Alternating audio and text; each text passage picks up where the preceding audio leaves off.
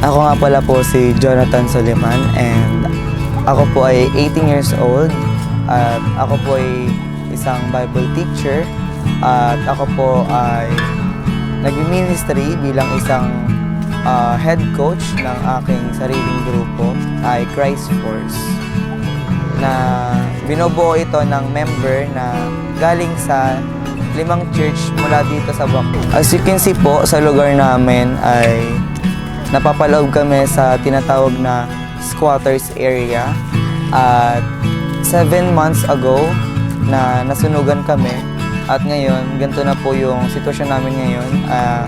Kahit sarili naming simbahan is giba at yung mga bahay dito ay wala na rin po. Hindi lang kami sa pagsasayaw, ngunit isa rin kaming maging mabuting ehemplo pa sa mga ibang kabataan na ihikayat sila na mas lumapit pa sa Panginoon, mas maniwala pa at mas mag-grow pa kasama namin at hindi gumawa ng mga bagay na hindi dapat para sa mga kabataan.